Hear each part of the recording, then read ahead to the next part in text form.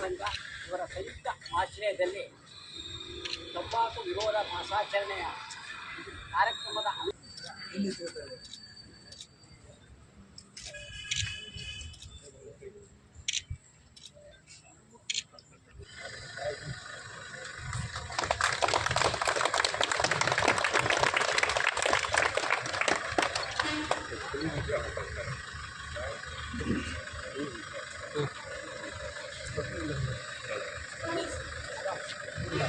ಉದ್ಘಾಟನೆಯನ್ನು ಮಾಡಿದಂಥ ಮಾನ್ಯ ನ್ಯಾಯಾಧೀಶರಾದ ನಾಗರಾಜ್ ಅವರು ಒಂದೆರಡು ಮಾತುಗಳನ್ನು ಆಡಬೇಕು ಅಂತೇಳಿ ಇದ್ರ ಬಗ್ಗೆ ಮಾಹಿತಿಯನ್ನು ಕೊಡಬೇಕು ಅಂತೇಳಿ ನಾನು ಇಲಾಖೆ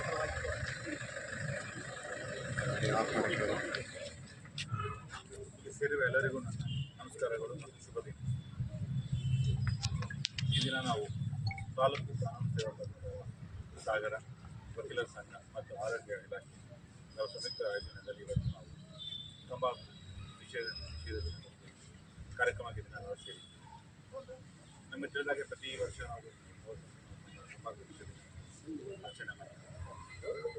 ನಮ್ಮ ದೇಶದ ಅನೇಕ ಸಮಸ್ಯೆಗಳಿಗೆ ಅನೇಕ ಆರೋಗ್ಯ ತೊಂದರೆಗಳಿವೆ. ಅದು ಬಹು ಮುಖ್ಯವಾದಂದರೆ ನಾವು ನೋಡ್ತಾ ಇರೋದು ಪ್ರತಿ ವರ್ಷ ನಮ್ಮ ದೇಶದ ಸುಮಾರು 5 ಲಕ್ಷ ಜನ ತಂಬಾಕು ಸೇವನೆಯಿಂದ ಸಾಯ್ತಾ ಇದ್ದಾರೆ.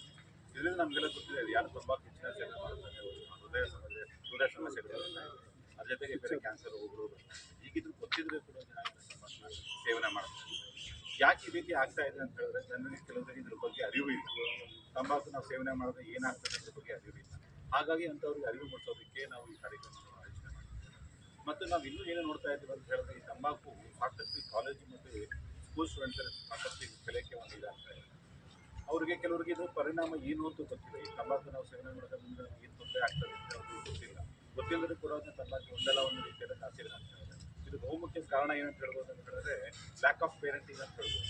ಅವ್ರ ತಂದೆ ತಾಯಿಗಳು ಮಕ್ಕಳನ್ನ ಏನು ಮಾಡ್ತಾ ಇದ್ದಾರೆ ಅಂತ ನೋಡ್ತಾ ಇರೋದು. ಪ್ರತಿಯೊಬ್ಬರು ತಂದೆ ತಾಯಿಗಳು ಅಷ್ಟೇ ಅವ್ರ ಮಕ್ಕಳು ಏನು ಮಾಡ್ತಾ ಇದ್ದಾರೆ, ಕಾಲೇಜ್ ಹೋಗಿ ಎಲ್ಲಿ ಹೋಗ್ತಾರೆ, ಎಲ್ಲಿ ಬರ್ತಾರೆ. ಯೂಶಲಿ ಈ ತಂಬಾಕು ಏನೇನೋ ಧೂಮಪಾನ ಏನು ಹೇಳ್ತೀವಿ ಇವೆಲ್ಲ ಕಾಲೇಜಲ್ಲಿ ಶುರುವಾಗ್ತದೆ. ಯಾರೋ ಒಬ್ಬ ಫ್ರೆಂಡ್ ಕಲ್ತಿರ್ತಾರೆ ಅವ್ರ. ಹಾಗಾಗಿ ಪ್ರತಿಯೊಬ್ಬರು ಕೂಡ ಅವ್ರ ತಂದೆ ತಾಯಿಗಳು ಮಕ್ಕಳನ್ನ ನೋಡಬೇಕು, ಏನು ಮಾಡ್ತಾರೆ, ಒಳ್ಳೆ ಮಾಡ್ತಾರೆ ಈಗ ಒಂದು ತಂಬಾಕು ಧೂಮಪಾನ ಕಲ್ತ್ಕೊಂಡಾಗ ಇನ್ನು ಬೇರೆ ಬೇರೆ ಚಟುವಟಿಕೆ ದಾರಿ ಇಲ್ಲ ಅಂತ ಅವ್ರ ಮದ್ಯಪಾನ ಕೂಡ ಅದರಿಂದ ಕಲಿಬೋದು. ಆದರೆ ಪ್ರತಿಯೊಬ್ಬರು ಕೂಡ ಅದನ್ನ ನೋಡಬೇಕು. ಮತ್ತು ಇನ್ನೊಂದು ನಾವೇನು ನೋಡ್ತಾ ಇದ್ದೀವಿ ಅಂತ ಹೇಳಿದ್ರೆ